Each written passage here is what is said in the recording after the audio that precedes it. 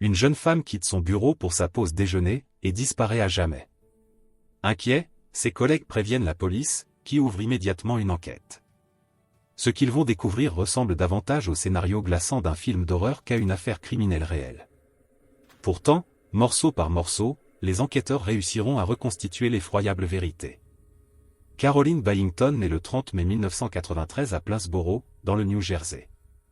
Elle grandit dans cette même ville auprès de ses parents et de sa grande sœur, et très tôt, elle rêve de parcourir le monde. Après le lycée, Caroline intègre le Lafayette College, où elle participe à 2 programmes d'échange qui lui permettent de découvrir le Japon et l'Allemagne. Pendant ses années universitaires, elle décroche 3 licences, affaires internationales, sociologie et anthropologie.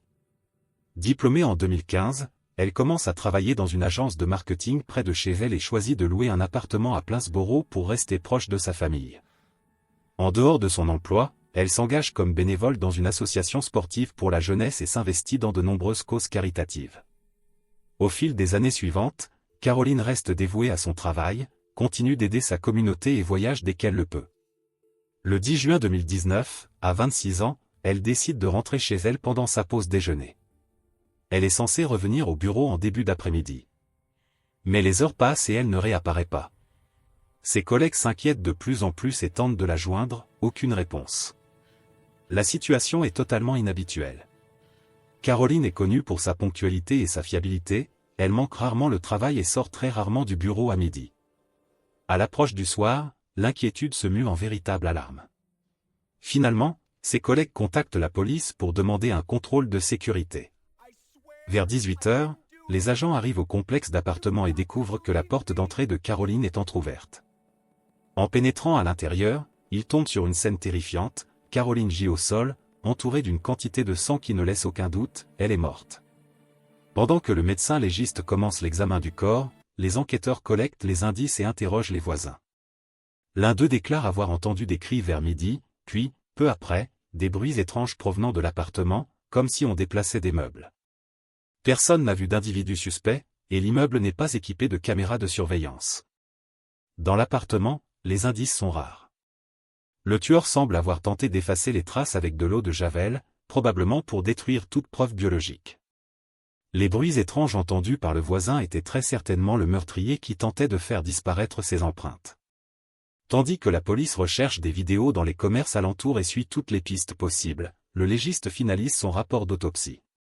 Caroline a subi de multiples traumatismes crâniens par coups de poing. En plus de ces lésions, elle a été poignardée à plusieurs reprises au cou avec une paire de ciseaux et un tournevis. Aucune trace d'agression sexuelle, rien n'a été volé. Mais un détail frappe les enquêteurs, les ciseaux et le tournevis appartiennent à Caroline elle-même. Cela écarte immédiatement les 2 mobiles les plus fréquents vols et agressions sexuelles et laisse penser à quelque chose de beaucoup plus personnel. La violence extrême employée renforce cette hypothèse, l'agresseur ne voulait pas seulement tuer, il était animé d'une rage intense. Les enquêteurs interrogent la famille et les amis de Caroline pour trouver une personne qui aurait pu lui en vouloir. Personne n'a la moindre idée. Tout le monde la décrit comme gentille, calme, incapable de susciter la moindre dispute. Elle n'était en couple avec personne et n'avait ni relation conflictuelle ni ex-rancunier. Les enquêteurs se tournent alors vers ses collègues, et c'est là que l'affaire prend un tour décisif. Ils apprennent qu'un autre employé a quitté le bureau à peu près au même moment que Caroline ce jour-là, Kenneth Saul, 30 ans. Au départ, ce détail semble anodin. Mais Kenneth n'est revenu qu'en fin de journée. Selon le manager, il avait appelé pour dire qu'il avait une panne de voiture et devait passer chez un garagiste. Or, le garage en question confirme qu'il n'y est jamais allé. D'autres collègues remarquent son comportement étrange à son retour, il est nerveux et présente des griffures visibles sur les mains. Au cours d'une conversation apparemment banale, il demande même si l'on peut être condamné uniquement sur des preuves circonstancielles. Intrigués, les enquêteurs creusent le passé de Kenneth.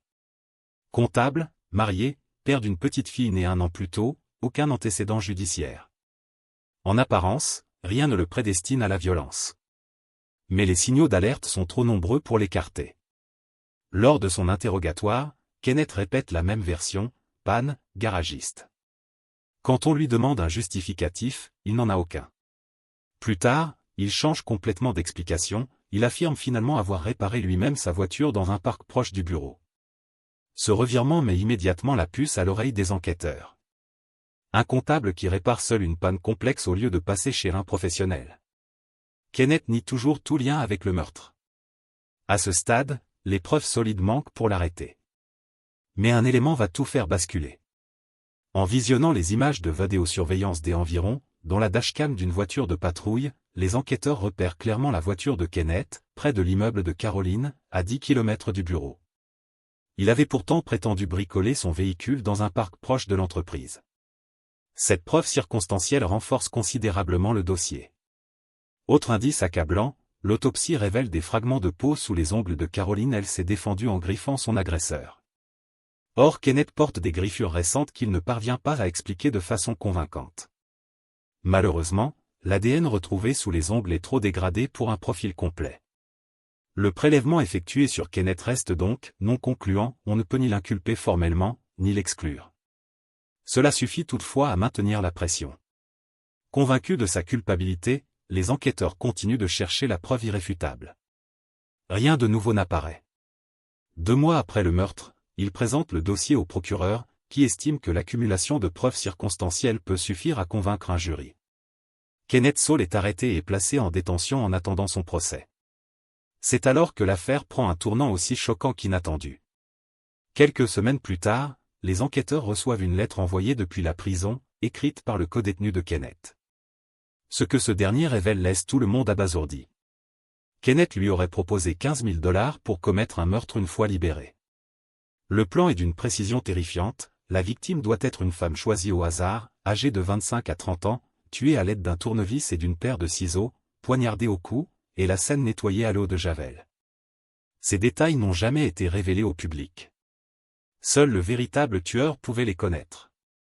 Le projet de Kenneth devient clair, organiser un second meurtre identique pour faire croire à l'œuvre d'un tueur en série. Puisqu'il serait déjà en prison au moment des faits, il pensait être automatiquement mis hors de cause. Mais ce n'est pas tout. Kenneth propose un second plan, encore plus délirant. Son codétenu peut soit éliminer l'enquêteur principal, soit tuer une personne déjà interrogée dans l'affaire Caroline, en mettant en scène un suicide et en laissant une lettre de confession accusant cette personne du meurtre de Caroline. L'objectif, faire croire que le vrai coupable est mort, et obtenir ainsi sa propre libération. Kenneth donne même des conseils pour ne pas se faire prendre, alors qu'il est lui-même derrière les barreaux. Le stratagème est si absurde qu'il en paraît enfantin. Pourtant, Kenneth y croit dur comme fer. Les enquêteurs demandent au codétenu de porter un micro. Très vite, ils enregistrent Kenneth discutant calmement de ses projets de meurtre. Le même jour, une fouille de sa cellule révèle plusieurs lettres manuscrites confessant le meurtre de Caroline destinées à être placées près du corps de la prochaine victime.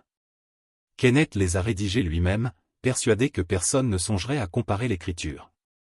Ces éléments lui valent non seulement une preuve supplémentaire pour le meurtre de Caroline, mais aussi de nouvelles charges pour complot de meurtre.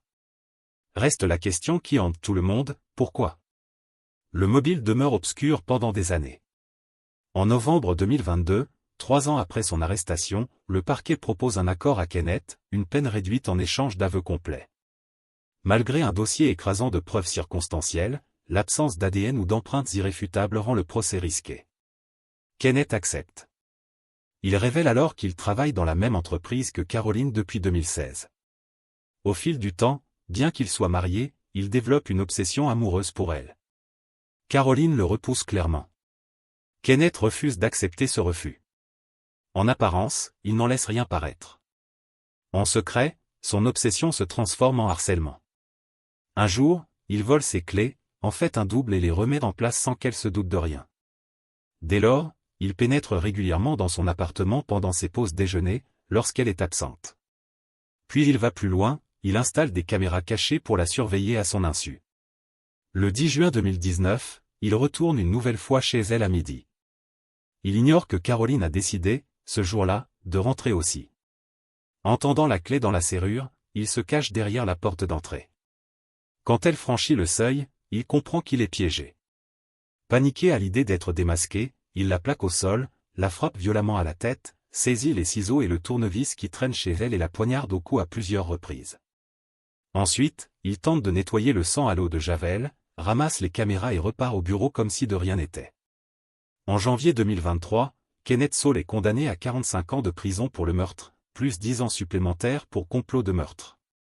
Avant le prononcé de la sentence, il prend la parole pour présenter ses excuses à la famille de Caroline. « Je suis désolé chaque jour pour mes choix. S'il existait un moyen d'effacer ce que j'ai fait, je le ferais sans hésiter. Je regrette profondément la douleur que je vous ai infligée. Aucun mot n'est assez fort pour exprimer l'horreur de mes actes et la souffrance que je vous ai causée. » Il s'adresse aussi à sa propre famille présente dans la salle. « Je suis désolé pour ce que je suis et pour vous l'avoir caché toute ma vie. Le masque que je portais vous a empêché de voir les signes. Je ne peux qu'imaginer le choc et la douleur que vous avez ressentis en découvrant la vérité. » Beaucoup doutent de la sincérité de ses excuses. Non seulement il a sauvagement assassiné Caroline pour protéger son secret, mais il a ensuite tenté de faire tuer des innocents pour échapper à la justice. Son épouse, totalement ignorante de ses agissements, demande le divorce peu après son arrestation. Malgré ses regrets affichés, Kenneth tente rapidement de faire appel de sa condamnation, arguant que certaines preuves ont été obtenues en violation de ses droits constitutionnels.